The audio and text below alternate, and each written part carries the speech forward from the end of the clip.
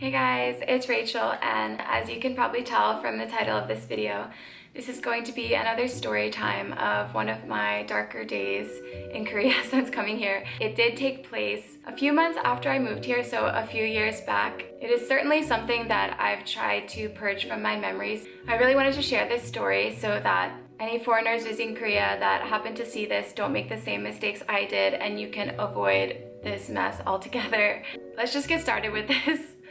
So I was walking home from work one day. I was wearing headphones as I do when I'm walking by myself usually. And I felt someone tap me on the shoulder, and it was two college students, a girl and a guy. And they said to me, "We just had to stop you because your aura was just giving off this really good vibe and we just needed to talk to you." So at first I was kind of like, oh, cool, like, thanks. Then they got into the gist of it. They wanted me to join them for a tea ceremony they claimed that a bunch of foreigners go to and wear hanbok for the first time and just learn a little bit about Korean culture. So I kept saying no, They were super pushy about it and just kept telling me it'll just be 10 minutes, just 10 minutes. This will be a really great experience for you. Lots and lots of foreigners come and do this. In fact, these British guys just left and they had a great time. I thought, whatever, okay, I'll just go for 10 minutes. I'll get to wear a hanbok for the first time and then go home. So, you guys, I go with them. We go into this building with quite a few people inside actually. No other foreigners, there were no other foreigners there. I was looking around like, where are the other girls in hanbok? Like, let's do this tea ceremony. But no. Okay, but wasn't writing it off just yet. So we go into a room, me, the girl, and the guy. The guy leaves the room for me to change into the hanbok. The girl helps me put it on, which was pretty awkward because we had just met and she was seeing all of my stuffs. We meet up with the guy again and go into another room with lots of people where there's some food on tables and some tea and someone reading out of a book. I'm speaking Korean, obviously, that I didn't understand. She gives me a brief lesson on how to bow and basically says, just follow me and keep doing what I do and you'll be fine. So that's what I do. I just try to follow this girl, bowing and bowing and bowing. And you guys, I'm not exaggerating. I must have bowed over 50 times. I mean, I was sweating. I was drenched in sweat and I was thinking, poor chick who has to wear this hanbok next. My thighs were trembling. I felt like I was at the gym. So time keeps passing. I keep thinking that this is gonna be over soon. Keep looking at the girl like, are we done yet? Are we done yet? It must have lasted, I would say, over 30 minutes, maybe more. We go into the other room. I'm thinking that I'm about to change back into my clothes and head out. But they say, just come sit down for a second. We want you to try these Korean fruits and rice cakes. At first I said, no thanks, you guys, I have to go. But they insisted, so I eat little bites of the fruit and the rice cake, and then they get into the real business. Here is where it starts to get strange. They start talking about religion, which, believe whatever you want to believe, and that's fine with me, as long as you don't push it on me too much. They wanted me to write down my family members' names on paper, so like full names and birth dates of my immediate family members so that they can be saved from the end of the world that they said was coming soon.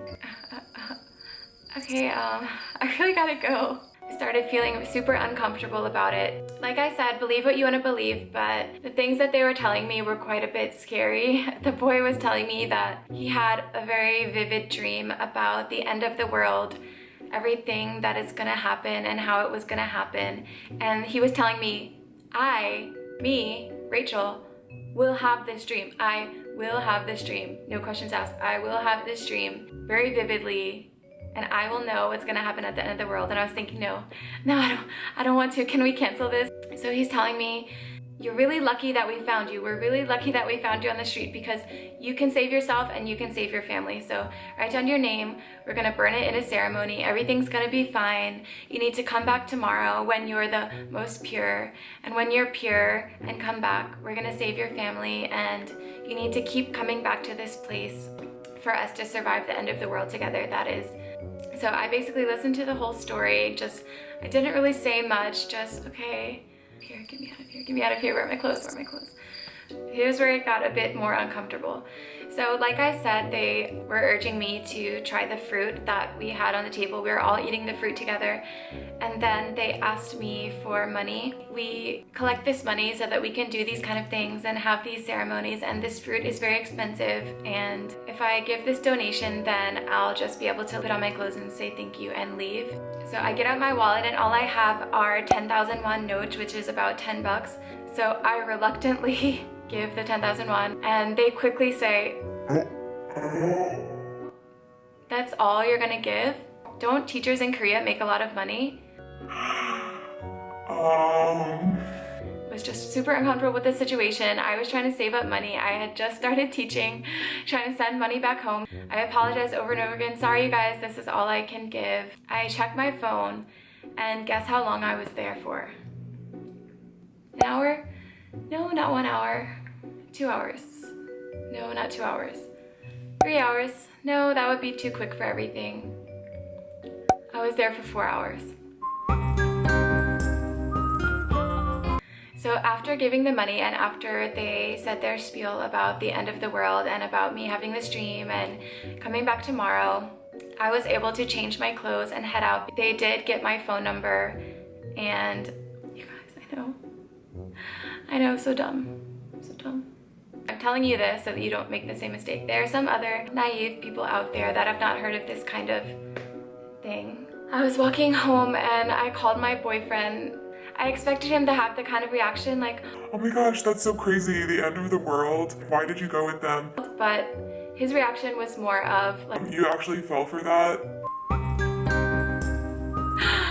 I actually started crying. Like, I just couldn't take it anymore. The frustration of being stuck there for 4 hours. You're saying I could have run out at any time. I couldn't have. I was wearing a hanbok and my clothes were in a different room. After talking to my boyfriend, I felt a bit better, but I was seriously like, why didn't you tell me? Why didn't you warn me about this? I had no idea that there were these people on the street that would ask you, "Have you ever worn hanbok? Do you want to come to a 10-minute tea ceremony?" and then talk to you for 4 hours about the end of the world. No, I had no idea. I had no idea. It took me weeks to even tell my friends about it because I felt so ashamed about following these strangers and getting roped into this scam. I'm not sure if it was a scam or if it was a kind of just religious cult-like group. These kind of people that target foreigners for these kinds of things hang out in specific areas, and they do this very often, and they are very, very pushy when it comes to getting you to come with them, and they don't say anything about religion right off the bat. They will try to get Korean people to come as well. It's happened to my boyfriend a few times in that area, and he just ignores them and tells them to get lost basically because he knows what's up. But me, on the other hand, I would like to save anyone from this ordeal that I could. Please do not fall for the same spiel I did about wearing the hanbok for 10 minutes. And please run away if you ever see these kind of people. And like, comment, and subscribe if you like this video and want to see more story times. I have lots more, unfortunately. And I'll see you guys later. Bye!